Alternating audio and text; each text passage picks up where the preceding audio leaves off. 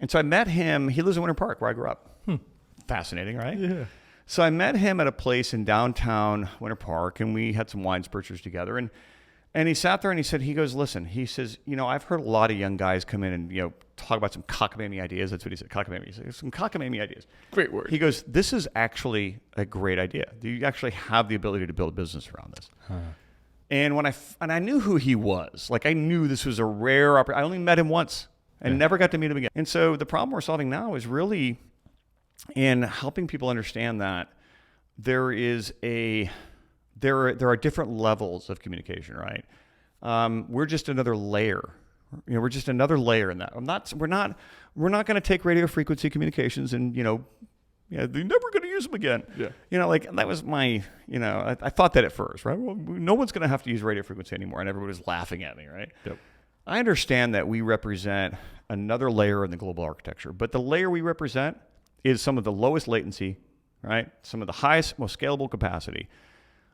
We approach this from reducing the cost per bit for data transport. So our North Star, our North Star for our business, if it doesn't reduce the cost per bit for data transport, we don't do it.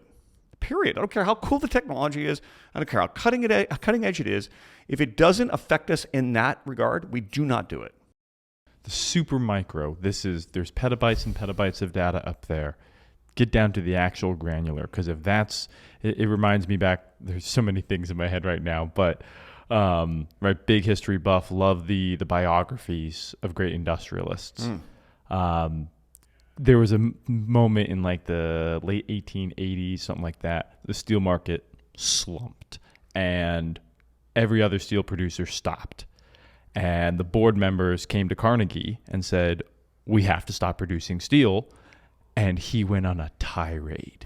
He was just furious with them. How dare you try to limit our expansion because of a few pennies for your pockets? We will produce steel. We will produce the highest quality steel at the lowest possible price forever. Absolutely. And at the end of that, all the purchasers of steel kept buying from Carnegie Steel. Shocker. Yeah, right, yeah. Right? And so in the same way, reducing the cost per little tiny bit, right? That allows, maybe not the individual farmer, but the network that then builds out the telecommunication network in Kenya, right? Now they can actually afford it. Absolutely. And so, thank you for saying that, because I'm a big Carnegie fan. When you Steve Jobs is another favorite of mine, right? And sure. Just the way he said it was like, if you can't explain something in a simplistic form, you can't make it simple, boil it down as its simple components, you don't understand it. Yeah. And there's a lot I don't understand, and I'll admit that. But one thing I do understand is creating that culture in our business and letting people understand that, hey, that's really cool technology. And if you put that in space, it's going to be an expensive paperweight. No one's going to use it.